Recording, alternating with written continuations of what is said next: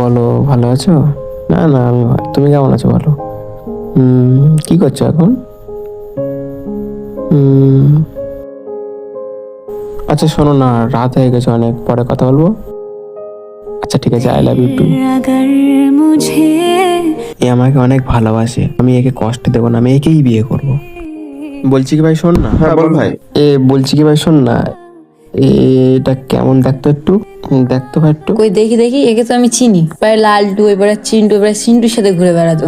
এমনকি আমি এর সাথে পার্কে হাত ধরে ঘুরেছি। কেন, কি হয়েছে? 1 মাস পরে এর সাথে ওর বিয়ে, তুই কি বলছিস?